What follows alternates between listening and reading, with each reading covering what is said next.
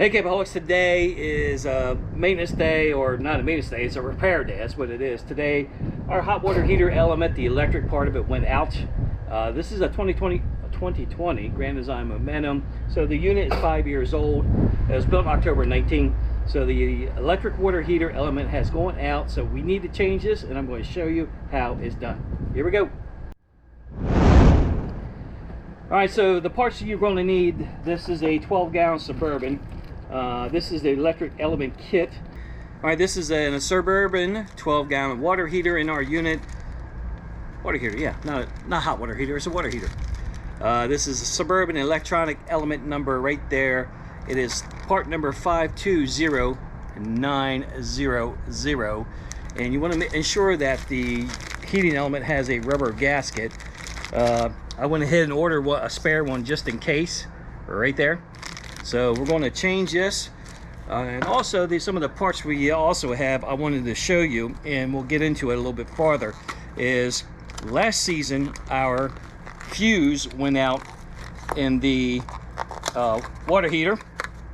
So these are fuses right here, so I'm going to carry spare parts like this with me now, so we're never out of hot water in the middle of nowhere. And we'll show you where they go. So I got spares there to keep on hand in the event that they burn out. But if you're doing this on a water heater element change, you're going to need the proper tool. Now the wrench, or the head of the anode rod, is a different size than the electric heating element. So you can see the size difference right there. Anode rod, heating element. So you're going to have to get a bigger tool to get this heating element out of the water heater. So you can get these on Amazon. This is called a dual hex wrench removal tool. I'll post a link below to all this stuff. But it has slots in it for a screwdriver to act as a wedge to turn this to get your electric water heater element out. So that's our parts. Again, a spare gasket if I needed it. The water heater element kit right here, part number 520900, and of course the tool to go ahead and remove this thing. So let's get started. All right, first thing we're going to do before we even get started, before we get into the meat and bones of it, we're going to make sure our water heater breaker is off. So you don't want to burn anything up. All right, before I take this cover off, I'm going to open the pressure relief valve, take the pressure off the tank. That way when you pop this anode rod out, it does not blow all over you. So we're taking the pressure out of the system. The water's still hot in there. And we're going to go ahead and remove the anode rod.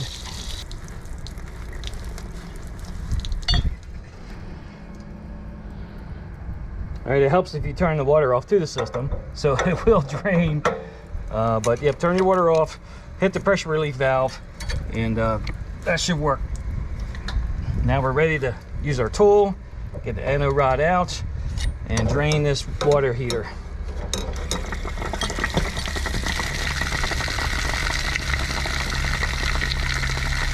This is our rod. It's looking pretty good. It's definitely got a lot more life on it. It's the Oneness 360. Actually, who makes this? Oneness. Right there. Oneness 369. This is a 369 also. So anyway, they guarantee these for a year. I found them that to be true. They work very well. They hold up well for a year. And of course, here is the tool to remove that. What we're looking for is, and you won't see a lot because again I do this quarterly, there's not a whole lot of calcium build up in there.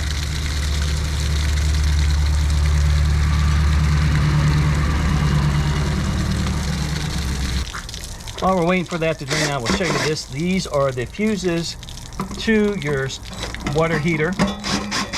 They are located right behind here. This is 5 years of experience changing and troubleshooting the water heater. So there's the cover. There's what I'm talking about. Those are the two fuses. I'm keeping them on I'm keeping spares, that's for sure. This is the electric, that is the gas side. These are the fuses. There's a rod right there that'll blow, and vice versa, that may blow also. So this is the reset button that you see right here to reset these things. But I have had to change the electric side before, so that's why I now carry spares. All right, our water heater's drained out pretty much, so we're going to take this cover off. It's three screws, 2 up, 1 down, and I kept this on here just to protect it while the water heater was draining out.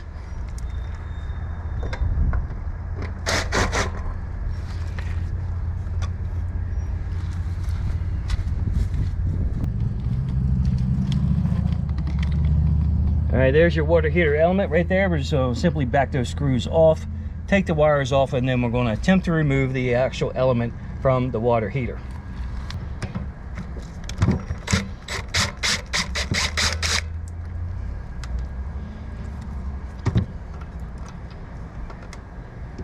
Again, take note where the wires are. I don't know for sure if it makes a difference, but we're going to go with the same technique that I see here. Black on top, white on bottom.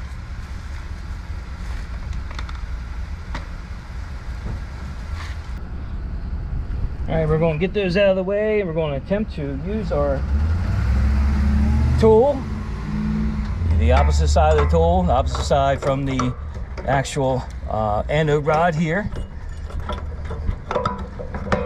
Now this has never been taken off, so I don't know how tough this is going to be.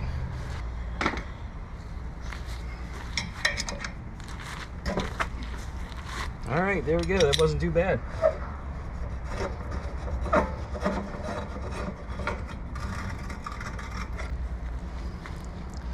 And there it is. There's some calcium buildup on it. I've seen a heck of a lot worse. But the 2 points of contact, okay, so there's writing up here.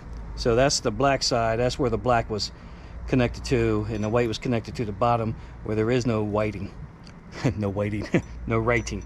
So black on top, white on bottom. Yep, and yeah, it doesn't look too bad. All right, so we're ready to change our water heater element. Again, Suburban part number 520900. Again, there is a gasket right there. Ensure that gasket is on there. Like I said, I went ahead and ordered a gasket just to be safe. I'm gonna put it in there and get it started by hand before you start cranking on it.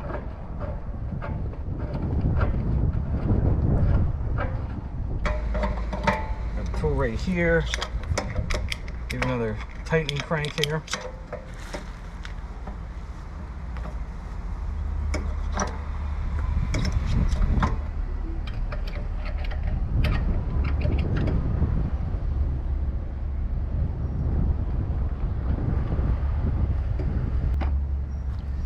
All right, we're in pretty good. The rating has lined back up, so that should put us easily black on top, white on bottom.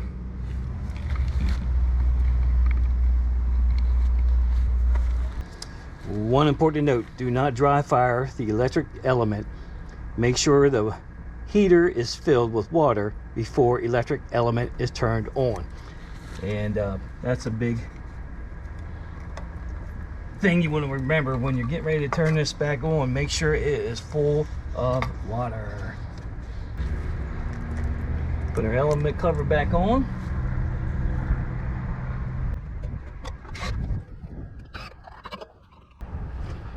Again, we want to take a look at our anode rod. Our anode rod looks good, still got plenty of life in it. So we'll go ahead and put this back in.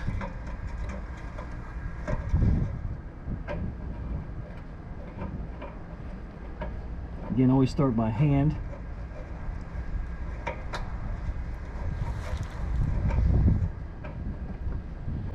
Definitely don't want to strip this thing.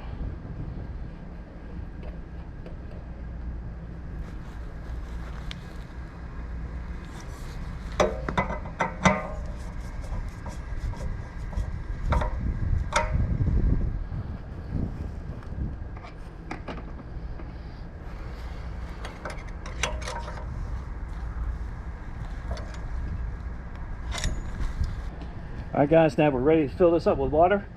I'm going to go ahead and leave this in the open position. That way I'll push all the air out of the tank, and that way I know the water heater is full of water. All right, let's turn on some water. All right guys, our water's on. We have the pressure relief valve in the open position. We're just waiting for our 12 gallons of water to fill the tank up, and the air will come out of here and water will start to continuously flow evenly.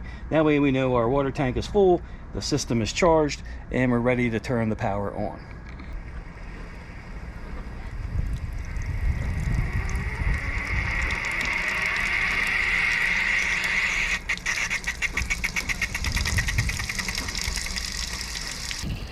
All right, there we go. All the air is out of the system. That is flowing freely. So we'll go ahead and close it. And then we'll just hang out for a minute, check for leaks. All right guys, a few minutes has transpired. I see no leaks. So we're going to go ahead and switch our power on to the water heater. I'm going to go inside. I'm also going to go inside, turn the breaker on, and see if we got power.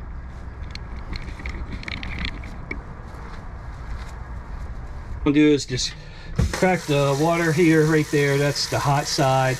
Again, ensure that all the air is out of it. Come on. There you go. Get that air out of that system. So then we know the water tank is full.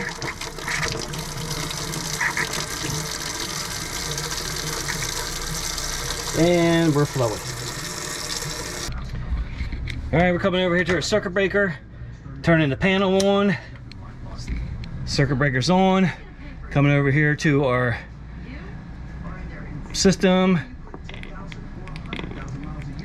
Turn the electric water heater on.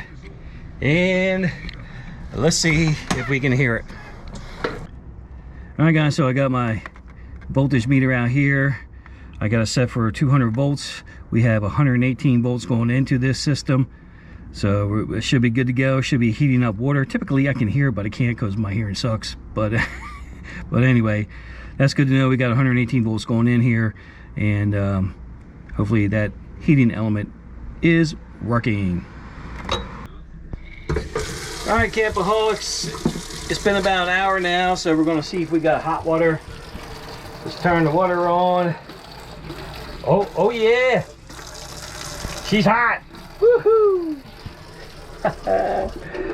All right, let's see what else we got left to do. All right guys, I'm just going to put my cover back on to cover that up, and that's it. I'll check for leaks about an hour, but everything looks good. That's how you do it. That's how you change your water heater element in your Suburban 12-gallon or 6-gallon water heater. I'll see you in the next video. Thanks for watching. Give this video a thumbs up. Bye.